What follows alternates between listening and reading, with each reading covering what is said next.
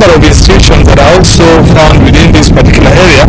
So absence of power within Agulu is our main problem, and we are appealing to the government, Kenya Power, and all other authorities that are there to help us in ensuring that the ports are moved from the lake to the other stable area that the Kenya National Highway Authority had planned to start their work. We have not had electricity for the past 2.5 weeks.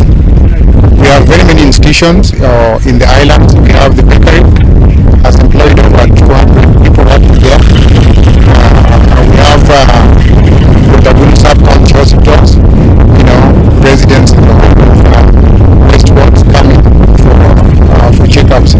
They have not had electricity for the past 2 weeks. So then we also have the girls, our girls, we have the boys there.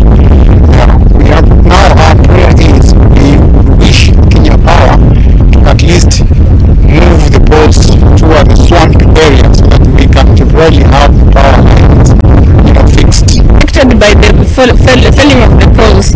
I have a sick mother-in-law, and there are several old people within the village who suffer because their medical supplies are mainly refrigerated. So, and we have very many students. Currently they are on holiday.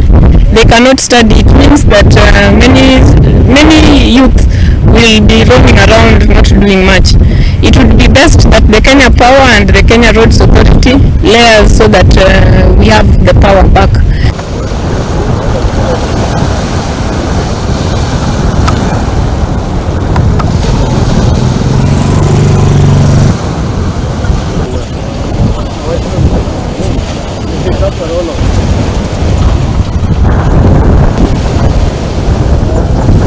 Riboti ĩyo nĩyo ĩgũkorwo igĩtwĩkĩra gaturumo gĩkũnjũ gitũ kĩa mohoro mũthenya wa mothe.